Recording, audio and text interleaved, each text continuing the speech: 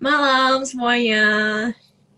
Selamat memasuki bulan Mei dan hari ini kita memulai dengan bulan Mei dengan yang merah-merah ya, teman-teman. Coba di sini siapa yang hari ini portonya ikutan merah juga? Oke, sebentar teman-teman, hari ini tentunya aku nggak sendiri, ada teman aku Cisti yang akan gabung bareng. Dan ada, sebentar saya invite dulu. Halo, Hai, hai Tere. hai. Weh, gimana nih kabarnya hari ini? Kita udah lama banget nih nggak live di Trimegah. Iya, kita tidak ini ya, Tere ya, belum udah lama Iya, nggak berdiskusi tentang iya. market di live-nya Trimega. Hari ini kan hari pertamanya bulan Mei ya, Betul. dan hopefully kita bisa menemani teman-teman semua di awal bulan Mei ini yang katanya sell in May and go away, dan ya hari ini market juga beneran merahnya cukup dalam ya, Cis ya. Gimana, Cis? Iya, Ter. Kabar? Gila ya, Ter ya. Lumayan nih, turunnya kan -1% lebih ya. -1,61%. Apakah ini, Ter, fenomena sell in May and go away benar-benar terjadi? Hari pertama Mei nih loh, padahal. Iya, bener nih. Kemarin kan sebenarnya rebound ya, dan banking Hmm. malah justru hari ini banking yang menjadi sektor banking yang menjadi bobot terbesarnya IHSG, justru yang menjadi beban ya buat IHSG hari ini. Udah lama banget terakhir lihat Bank Mandiri, wah bank-bank besar uh, terkoreksi bahkan sempat tadi 10% ya. Iya, iya, iya, iya. Ada salah satu bank besar yang 10% juga. Kalau menurut Tere gimana, Ter? Apa sih sentimennya, Ter? Jadi sebenarnya emang banking setelah naik dari awal tahun itu kan udah sempat naik 20%-an, dan emang kita ada ekspektasi, kita dari awal udah antisipasi ya, setelah dividen ini kan belum ada juga sentimen yang sentimen yang terlalu signifikan gitu. Jadi emang kita udah antisipasi dropnya ini, dan kalau kita lihat ya IHSG 5 tahun terakhir di bulan Mei itu merah semua juga nih. Jadi ini history repeating itself juga gitu. Ya, kalau menurut gue sih, Ter, Hmm. kalau kita lihat sih memang sentimennya ada beragam ya. Kalau kita bicaranya sentimen global, itu kan terkait The Fed juga yang akhirnya kan masih menahan mereka punya Fed Fund Rate itu di level yang sama ya, di 5,25% sampai dengan 5,50% gitu kan. Jadi memang kalau kita lihat nih kan Iya, sebenarnya kan The Fed itu masih cukup hawkish ya, Ter ya.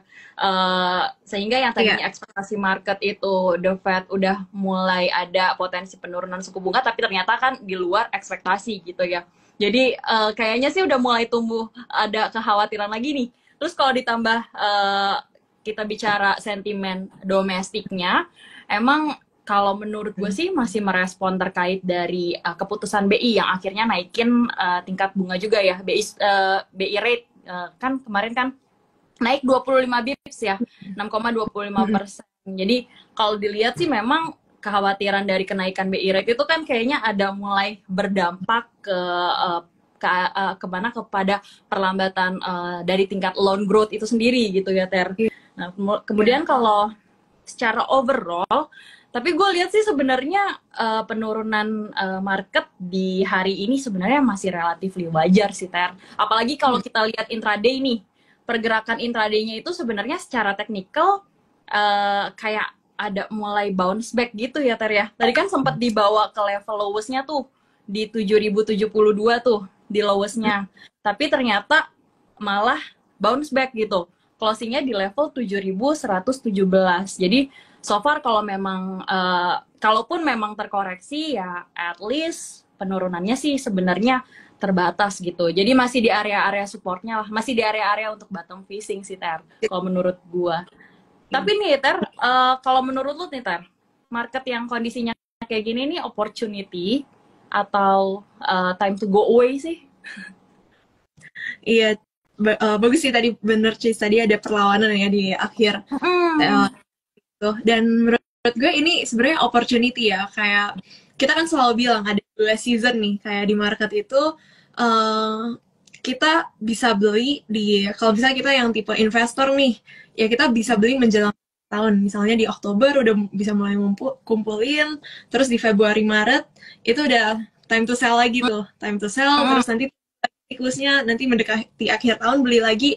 Dan kalau kita lihat historisnya emang sejarahnya seperti itu kan ya. Jadi emang ini antisipasi yang kemarin-kemarin teman-teman yang takut masuk banking karena ketinggian, justru gue lihatnya ini adalah opportunity. Tapi kayaknya akan lebih seru kalau kita invite satu narasumber lagi nggak nih, Jess? Nah, benar. Gue juga penasaran nih, Ter, sama POV-nya. Sekarang kan juga lagi earning season, jadi tapi hari ini yang sangat mempengaruhi itu resultnya Bank Mandiri ya. Nanti kita coba bedah nih. Coba kita invite narsum kita lagi, Koko tercinta di ya. Terima gak? Koko kita. Oke. Boleh nih, teman-teman kalau tanya boleh ya teman-teman. Kita hari ini ngobrol. Halo. Tadinya mau nyantai gitu loh, liatin Cisti yang orang. Gak bisa kok, kita gak akan membiarkan lu nyantai kok malam ini kok. Karena kita juga mau lihat POV lu, mungkin ngelihat market yang lagi berdarah-darah kok. Kira-kira menurut lu tuh gimana sih market di malam ini, di hari ini? Kalau tadi gue dengerin di awal ya, Cisti sama Tere ya. Oh, sebenarnya gini, lu bilang kan probability turun di bulan Mei itu biasanya tinggi kan. Kalau misalnya orang 10 tahun terakhir bulan Mei itu pergerakannya positif negatif, oh ternyata lebih banyak chance-nya negatif, 60% negatif, 40% hijau, dikit lah gitu. Dan dia punya penurunan, cuman memang biasanya by percentage nggak sedalam bulan September. Nah, kan banyak hal-hal apa yang mempengaruhi 10 tahun kemarin. Cuman yang agak membedakan sebenarnya kan lebih ini, sekarang yang top 10 market cap aja kita udah banyak perubahan, ada brand, ada aman gitu, macam-macam kan. Sebenarnya kalau kita mengeksklut ya grupnya Barito sendiri, itu kan market cap mereka sekitar 2.200 triliun. Market cap kita total IHSG 12.000 triliun kan. Ya kalau misalnya kita mengeksklut mereka aja, sebenarnya toh kita juga udah turun gitu. Kita IHSG mungkin di 58 sampai 6.000 gitu. Bukan lagi di model 7.100 gitu. Jadi memang mungkin gamenya agak berbeda gitu. Kita nggak bisa katakan Mei itu pasti chance-nya lebih banyak turun. Tapi ini kenapa turun? Polanya tuh kalau gue lihat ya, itu pelan-pelan sebenarnya udah terjadi di pertengahan Maret. Ini benar-benar inline waktu yang tadi lu bilang higher for longer-nya si The Fed itu, dia ada state orang mulai ke arah sana. Yang paling kelihatan kan variabel ini yield US 10 years bond-nya kan. Dia udah gerak mulai naik tuh dari 4,1, 4,3 sampai 4,6. Itu udah 10-15% sendiri. Nah, di saat itu yieldnya bergerak naik gitu kan, artinya sebenarnya itu punya opportunity gitu. Kalau misalnya status quo ya, Indonesia stay terus di sana naik ya, sebenarnya orang akan melihat investor asing terutama ya, oh menarik nih kalau misalnya kita masuk ke pasar Amerika lagi sebenarnya gitu loh, kayak memberikan return yang lebih tinggi nih. Nah itu posisinya pertama begitu kan. Kedua, ternyata di Pepara ya tentu ada hubungannya juga sih, outflow itu sedikit banyak mempengaruhi rupiah kita yang akhirnya melemah. Ya kan, melemah sampai sempatlah 16.200-an kan. Dari 15.7 gitu. Nah, itu kan sebenarnya membuat asing juga, faktor yang kedua dia berpikir, kalau misalnya gue investment di awal deh atau setahun yang lalu misalnya udah 15.200 gitu posisi masuk gue, and then sekarang 16.200, sebenarnya walaupun gue return mungkin di stock market di IHSG 10%, tapi dengan pas dia convert lagi dari rupiah ke USD dia itu ada hampir berapa tuh 8% gitu ya. Ya berarti kan dia menggerus return dia sebenarnya podo ae dong. Pas dia tukar ke USD mau balik lagi, sebenarnya return yang dia dapat 10%, 20% ya udah ambles separuhnya nih. Nah, itu kan buat mereka juga berpikir, wah kalau kan asing poinnya cuma satu, dia paling tidak suka instability kan. Kalau misalnya marketnya nggak stabil ya, entah politik lah atau ekonomi. Nah, itu yang tidak membuat mereka juga kurang nyaman. Nah, sasaran jual mereka sebenarnya kan lebih ke big cap dong. kayak misalnya banking tadi gitu ya yang lu bilang kan, atau big caps yang lain lah. Nah, ditambah diperparah dengan kemarin ini keluar laporan keuangannya gitu kan. Sebelum nanti kita bahas Ere tadi mau nanya Mandiri ya, karena yang by latest kayaknya Mandiri ya. Oke, dengan pelemahan rupiah itu kan akhirnya BI mau pakai kebijakan moneter, dan salah satunya ya dia naikin suku bunga lah. Dia berharap itu bisa menyelamatkan. Ternyata udah seminggu berjalan itu kan, since Rabu Kamis gitu ya, ternyata kan rupiahnya masih 16.180 gitu. Mungkin ada intervensi tadi, tapi ya nggak ngaruh banyak gitu. Jadi kayak orang mulai mempricingin bahwa kenaikan kalau kenaikan suku bunga di Indonesia ini dampaknya punya dampak agak jangka panjang loh buat secara fundamental. Kenapa? Karena kan kalau misalnya orang semua harga-harga naik gitu kan, suku bunga naik, otomatis biaya produksi naik karena lu beli bahan baku dan lain juga mungkin naik, karena ya relate lah, orang ambil kredit, produksi naik, bla bla bla semua naik. Nah, apakah harga-harga itu bisa di pass on ke customer di saat kita juga tahu mungkin daya belinya purchasing power di middle low segmennya ini menurun nih. Nah, akhirnya kan itu yang menjadi pertanyaan, lama-lama jangan-jangan kalau produksi mulai stop, berarti kan kucuran kredit, mereka nggak ambil kredit di bank, apakah kreditnya nanti loan growth-nya menurun? Nah, efeknya multiplier effect gitu.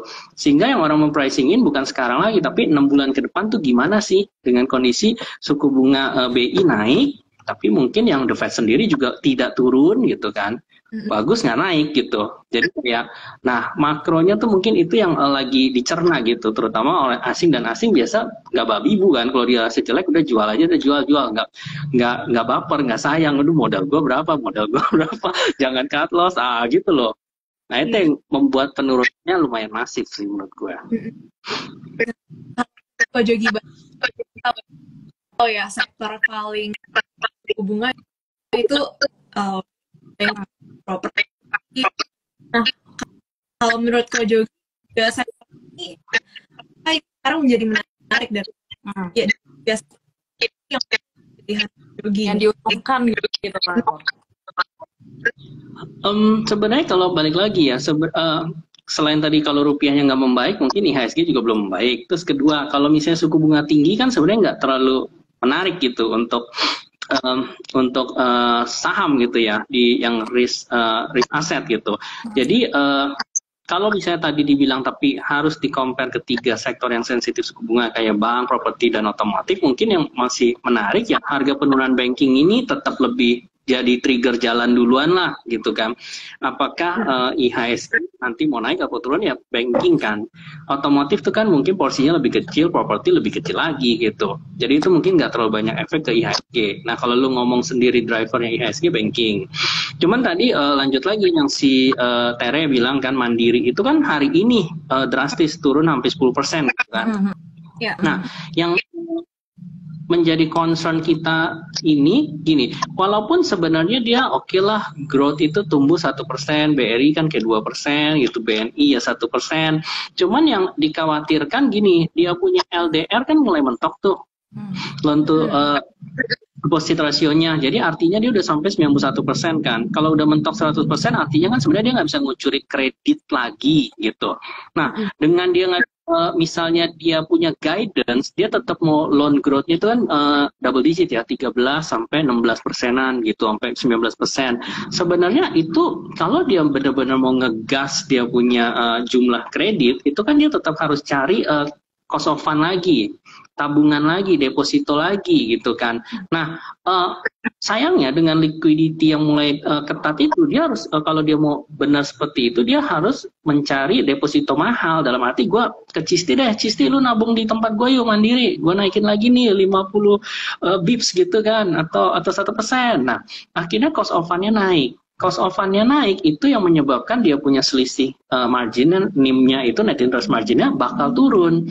Nah itu yang kejadian di guidance-nya dia gitu kan, kayak orang mungkin akhir tahun lalu memprediksi oke, si Bank Mandiri ini bisa di 5,3 sampai 5,5% ranging-nya. Sekarang mungkin nggak segitu, sekarang ya udah di 5,1 atau sampai mentok mungkin 5,3. Jadi ada penurunan tuh di NIM-nya sendiri. Nah itu kan artinya menggerus laba.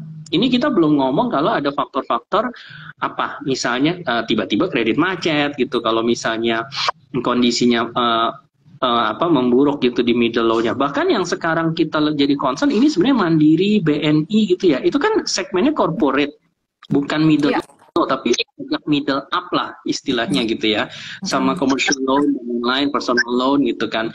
Nah, kalau misalnya middle up-nya juga udah kena gerus gitu, kena tabok misalnya. Ini kelihatannya dari mana? Coba lu lihat misalnya kayak triple SG growth-nya si MAPA, MAP Boga gitu, itu dia udah minus loh, minus single digit. Nah, jadi itu MAPI yang minus gitu kan, MAPB. Nah, itu kan artinya itu kan segmen middle up. Nah, kalau memang dia beneran kena, ya berarti kan banking ini segmennya ya si orang-orang middle up ini kena juga. Jadi nggak melulu berarti cuman kayak BRI yang udah kena duluan gitu, tapi semua segmen kayaknya middle low middle up nih kayaknya rada lumayan kena, berarti kan purchasing power-nya turun. Nah, itu yang dikhawatirkan gitu. Ya kalau BNI mungkin NIM-nya lebih rendah lagi ya, NIM dia 4%-an memang di level itu gitu. Jadi kayak ya apakah dengan growth ini tapi nggak menjamin sebenarnya labanya bisa bertumbuh gitu. Apalagi kuartal 2 kalau misalnya berjalan terus bisa jadi mungkin worse nih even worse gitu. Nah, itu yang orang mulai memprediksi sih gitu. Bisa ke arah sana. Jadi, nah, kalau kita lihat situasi market ini, Ko Jogi apa sih saran buat teman-teman nih? Apakah kita, yaudah sekarang kita hunting-hunting saham-saham yang dividen aja deh, atau yang lagi di bottom, atau mungkin ada advice nggak nih dari Ko Jogi dan Kak Cisti nih? Oke, Ko Jogi, silakan Ko, duluan Ko. Ya sebenarnya balik lagi ya kalau mau ke safe mode gitu kan, misalnya gini, kalau misalnya prinsip tadi lu bilang Tere pilih saham dividen, sebenarnya justru momen yang tepat nggak sih ketika lu punya harga saham turun. Nah, ini kan akan memberikan yield dividen yang gede dong. Prinsip lu beli saham dividen gitu, belilah harga serendah-rendahnya gitu kan. Jangan beli pas tinggi. Ternyata lumayan banyak ya Cisti ya, Tere ya, kayak saham-saham yang kasih dividen banyak. Ya, salah satu yang gue ingat Tunggulah gitu kan, dia bagi 123 per gitu. Kumnya nanti soon gitu kan sebelum liburan. Nah, itu kan memberikan yield berapa? 10-11% gitu. Di depan mata kalau lu save 10-11%, oke, harganya kebetulan lagi turun. Loh, kalau someday IHSG pulih 3-6 bulan ke depan, akhirnya lo dapat capital, jadi dapat double loh. Betul. Nah, mungkin ada apa lagi tuh atau Cisti dividen yang lain kan gua rasa yieldnya. Oh ya, tadi yang gue lihat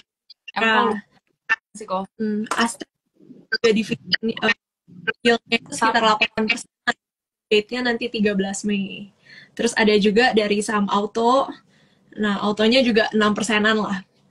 Terus hari ini yang cukup itu ya, TAPG hari ini lumayan 14%. Jadi hari ini sempat naik 5% ya tadi di market. Jadi kita tinggal tunggu cum date-nya kapan, belum diumumin kalau untuk TAPG. Dia 91 per lembar. Oke, jadi justru ini timing-timingnya pas ya. Justru harga di bawah.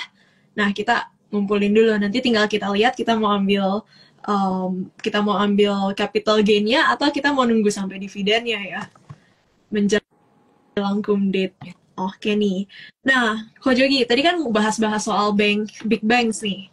Nah, kalau misalnya kita bandingin nih sama small banks yang mungkin banyak story akuisisi di sana, kayak misalnya NIS, BBNGA gitu, dan selainnya nih. Ko Jogi melihatnya yang mana nih yang lebih menarik nih? Atau segmen banking yang mana? Ya, kalau misalnya dibilang mana yang ini, gue lihat sih yang belum terlalu rally aja. Tadi sempat rally, misalnya contoh Bang Novu ya kan. Nah, mungkin kalian juga udah pernah dengar lah gitu kan. Memang akhirnya mau diakuisisi gitu oleh financial dari Korea gitu kan, Hanwha Group.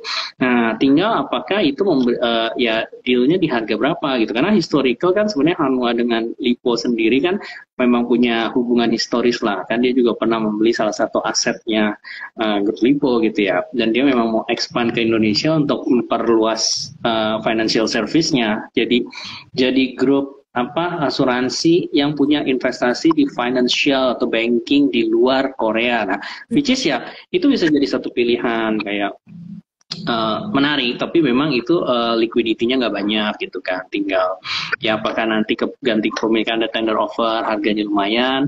Ya itu lebih porsi-porsi apa ya? Kalau di Porto tuh bukan core-nya lah. Ini lebih ke lu mencari booster-boosternya lewat model-model gini. Tinggal lu sesuaikan porsinya mungkin 10 apa 15% dari Porto. Lebih ke arah gitu sih kalau gua Tere. Iya, itu ibaratnya mungkin kita tadi sempat naik 15 kan ditutup flat ya. Tapi menarik nih story-nya. Jadi dia mau lengkapin portfolionya ya. Nah, kalau menurut Ko Jogi atau Kak Cisti deh, komoditas gimana nih saat ini? Apakah masih menarik nih komoditas? Sekarang kan rupiahnya sedang trennya melemah, apakah sekarang jadi menarik nih? Kalau menurut aku sih ya Ter, sebenarnya depend on si orangnya itu sendiri nih. Misalnya kalau memang kacamata investor ya kalau marketnya lagi bottom kayak gini ya menarik balik lagi tuh. Ya kan selalu banyak peluang juga gitu tadi dari dividen gitu kan boleh dipertimbangkan gitu dividennya yang ternyata banyak loh emiten-emiten yang memberikan ya dividen yieldnya tuh lumayan menarik gitu. Banyak juga tadi yang di atas 10% gitu. Tapi kalau kita balik lagi sebagai seorang trader, kalau kita lihat kan market yang bearish kayak begini kan ada istilahnya untuk trader itu kan agak challenging ya, quiet challenging lah gitu. Kalau misalnya syukur-syukur gitu nggak salah baca sinyal trading ya, nggak salah baca sinyal teknikal gitu, syukur-syukur gitu. Tapi ya balik lagi sih ke teman-teman, memang semua peluang tuh selalu ada. Tapi gimana sih caranya kita untuk tetap survive gitu di tengah bear market yang lagi kayak gini? Paling strateginya mungkin lebih ke bottom fishing strategi sih, Ter. Jadi kalau misalnya teman-teman nih udah lihat udah ada indikasi penurunan, tapi penurunannya tuh udah relatif terbatas gitu ya, atau mungkin boleh pertimbangin indikator yang dimana titik lowest-nya tuh nggak se-lowest dia biasanya gitu ya. Jadi dia tetap bertahan di level-level support tertentu ya mungkin teman-teman bisa coba untuk spec buy gitu di emiten itu. Jadi balik lagi sih, dia itu investor atau trader gitu. Oh. Kalau Ko Jogi ada nggak pandangannya kok soal komoditas? Komoditi. Kalau komoditas sih balik lagi ya, fokusnya oil kan sekarang sempat turun lagi tuh kayak agak 80 lagi gitu, 79 gitu ya. Memang yang mungkin yang menarik sekarang tuh lebih ke metal base commodity sih. Mungkin kayak balik lagi kayak MDKA, MBMA-nya. Walaupun bukan berarti nggak turun gitu ya, tapi kayak itu jadi ini aja untuk trading tuh gue lebih milih di sektor itu gitu. Kalau oil kan pilihannya kode lain mungkin ya itu oil tuh lumayan cukup cepat turun juga tuh kalau misalnya kondisinya dia stable mungkin 75-an gitu kan, tapi akan bagus di appreciate kalau dia udah di atas 85 gitu. Jadi itu ya area pentingnya si oil sih gitu. Gue lebih ke itu yang metal base-nya ya. Copper kan harganya lumayan tuh udah 10.000 US dollar lebih tinggi karena shortage juga gitu. Terus terakhir nih tins kan yang harga timah tuh yang lumayan naik gitu ya.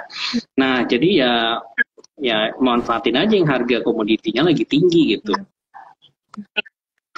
Jadi manfaatkan sama harga kami. Nah, ini ada pertanyaan nih yang dari Muhammad Megara. Saya tidak trading saham, tapi saya disiplin menabung secara per bulan. Mungkin ini bahas. Nah, kalau misalnya boleh dong sharing-sharing stylenya Ko Jogi, Kak Cisti itu, apakah DCA adalah yang tepat nih untuk teman-teman, atau mungkin di opportunity seperti ini all in aja nih, gas aja gitu. Gimana nih, Ko Jogi gimana?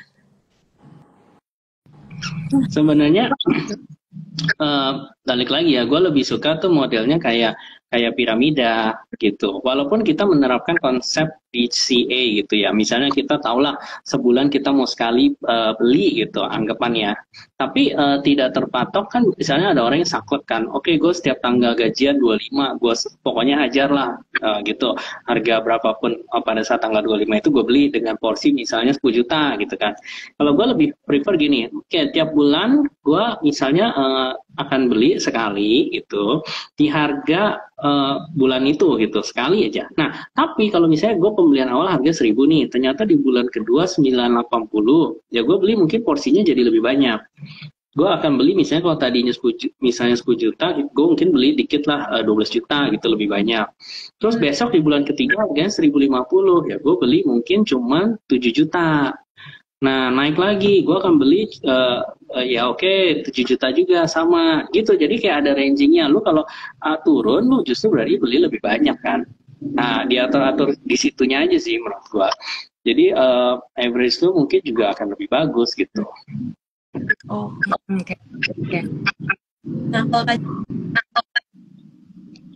Kalau tadi gue liatnya saya tidak trading saham, tapi lebih disiplin menabung saham secara per bulan. Komentarnya sebenarnya nggak ada yang salah sih, malah justru bagus gitu kalau konsisten ya. Tapi memang sebenarnya diperhatikan lagi pemilihan sahamnya tuh kayak gimana. Karena kalau kita bicara keuntungan dari investasi saham itu kan memang dividen salah satunya, terus juga capital gain ya. Jadi artinya kalau misalnya siapa ini Kak Muhammad ini memilih untuk menabung saham, artinya berarti untuk menciptakan keuntungan berarti hanya dari mengandalkan dividen itu ya. Jadi ya udah Kak Muhammad silakan carinya yang memang dividen play gitu. Paling itu aja sih tipsnya, tapi bagus kok. Ya kan? Tere gimana? Tere juga DCA atau all in tuh berarti tuh. bukan tipe yang DCA ya pastinya. Oh, Tere tuh all in gitu. Justru nunggu momen-momen seperti ini baru masuk kapan lagi ya. Apalagi tadi kalau lihat harga Bank BRI, Mandiri itu udah harga BRI khususnya ya udah harga seharga tahun April tahun lalu. Sedangkan kalau kita bandingkan secara net profit, meskipun growth-nya melambat tadi yang kayak Ko Jogi bilang, nah itu masih ada upside-nya nih. Jadi itu yang gue lihat menarik sih sebenarnya. Nah, ini langsung pertanyaan direct banget nih dari teman kita. Bank Mandiri BBRI apakah boleh diambil? Mungkin dari Kak Cisti mau share sedikit technical deh. Karena kan yang pengen tahu juga, wah entry point di mana nih yang paling oke gitu. Oke. Nih yang sebelumnya thank you banget nih karena gue kenal sama yang nanya. Hai Ko. Hai Ko Jeff. Oke, Ko. Jadi kalau gue sih lihatnya BMRI sama apa tuh tadi BBRI ya, apakah boleh ambil? Ya kenapa enggak kok gitu. Justru harga sekarang tuh sebenarnya lagi diskon abis-abisan gitu. Terus kalau misalnya kita lihat nih posisinya BMRI ya kok, kalau gue lihat di sini secara teknikal memang strong bearish kok. Dia udah mulai strong bearish itu ketika gue lihat sinyalnya itu dia mulai breakdown supportnya di sekitaran level.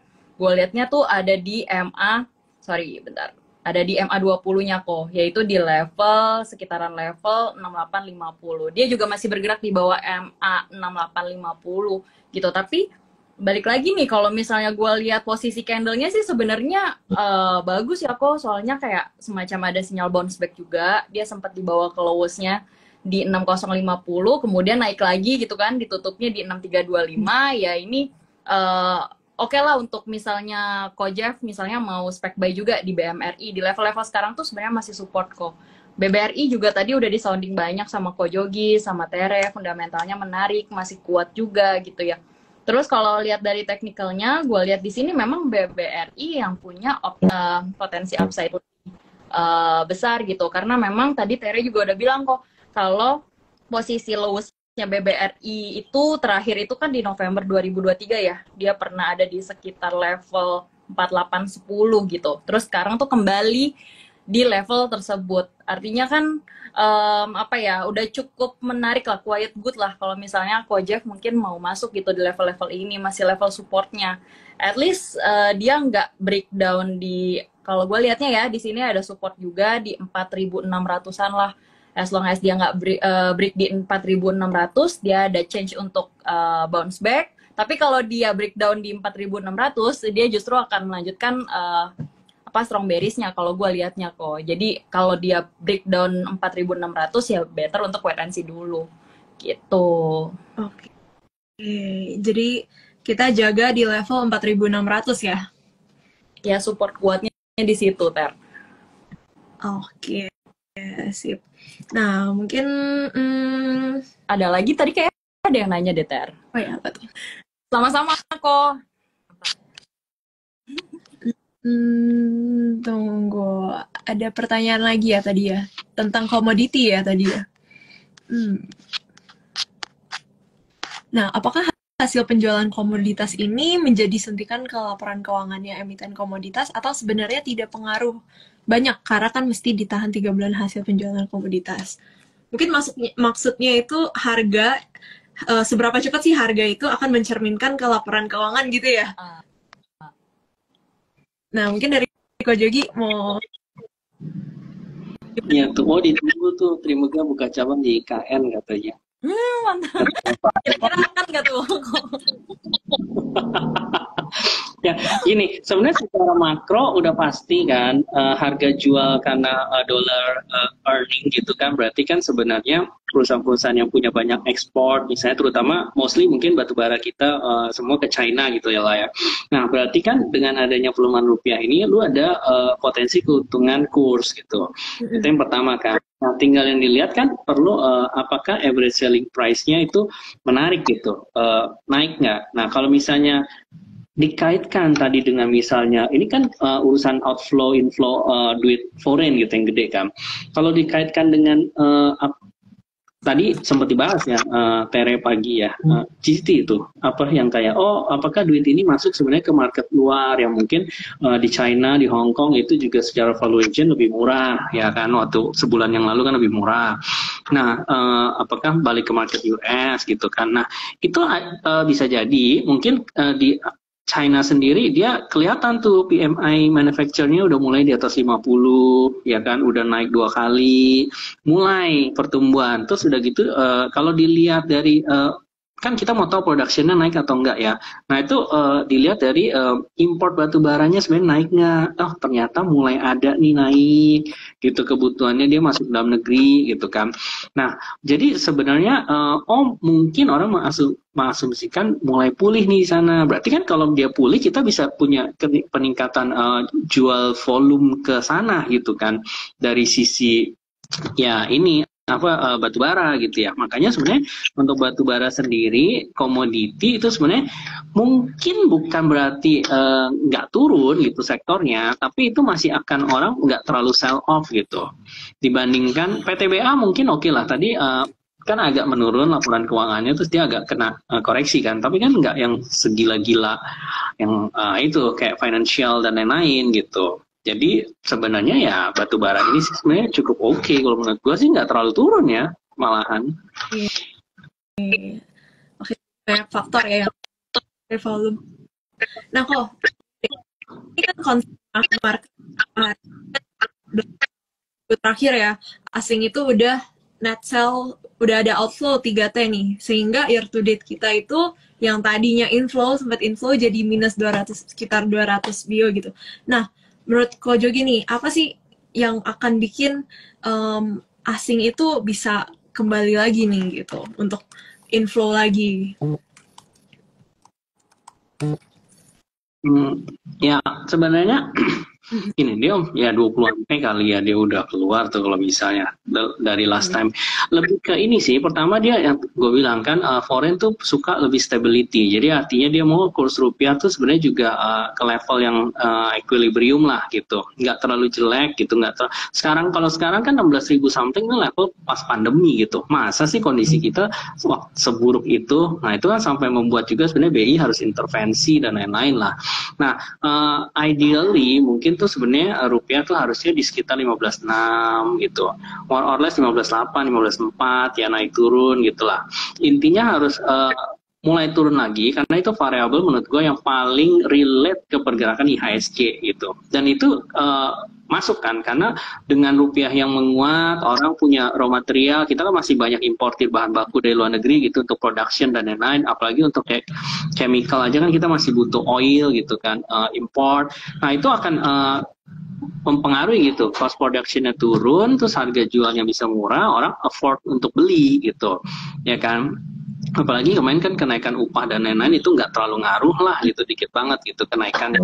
Nah jadi pertama harus stability di rupiahnya dulu. Kedua ya if memang ada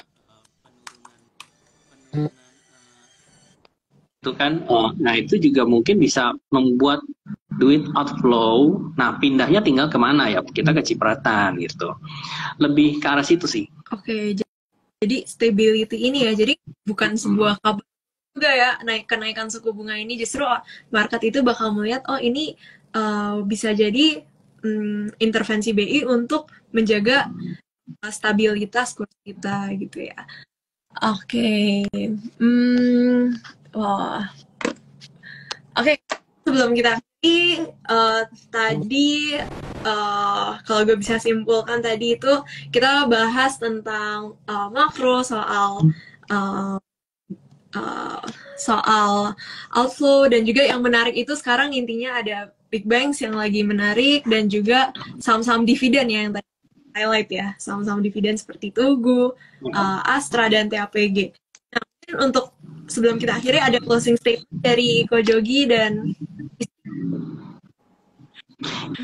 Ya sebenarnya lebih ke gini sih, memang kan kita siap peluru ya untuk setiap penurunan gini kan opportunity, that's why kita harus sedia selalu cash gitu kan, bilangnya oh minimal 10% lah, 15%. Nah momen-momen ini itu yang harus dimanfaatkan untuk beli, tapi beli pun mungkin kita nyicil lah gitu. Kalau misalnya tadi punya budget 1 gini ya, kita bagi 3 atau 4 kali pembelian lah. Kalau dan lebih beli di big cap sih menurut gua, karena itu akan lebih duluan rebound gitu ketika IHSG-nya rebound. Kalau dari gue sih closing statementnya paling tetap semangat lah ya teman-teman ya, soalnya kan di market yang bear kayak gini memang apa ya, banyak banget tantangan gitu ya, banyak banget challenge gitu. Lain kalau misalnya di market yang lagi bull, mungkin teman-teman ngerasa menang gitu ya, segala analisanya selalu berhasil gitu ya, tapi ya tenang aja gitu teman-teman, selama teman-teman juga percaya sama fundamental dari si saham tersebut, dan selama juga saham tersebut juga apa ya, tidak punya rumor atau katalis yang kurang baik, ya nggak apa-apa sih sebenarnya, nggak perlu khawatir gitu. Kalau dari Tere, closing statementnya apa Ter? Closing statementnya ya, quote favorit gue deh, be greedy when others are fearful. Jadi siapkan peluru bagi yang mau banyak spending, konser atau apa, ngerem dulu. Ini waktunya untuk nambah peluru ya di porto kita. Nanti ketika market rebound kita tinggal panen, betul ya? Setuju. Oke, thank you untuk waktunya Ko Jogi, Cisti. Ya, thank you teman-teman, thank you Tere, Cisti. Bye-bye. Panen cuan. Semangat terus. Good night semuanya. Bye-bye. Bye.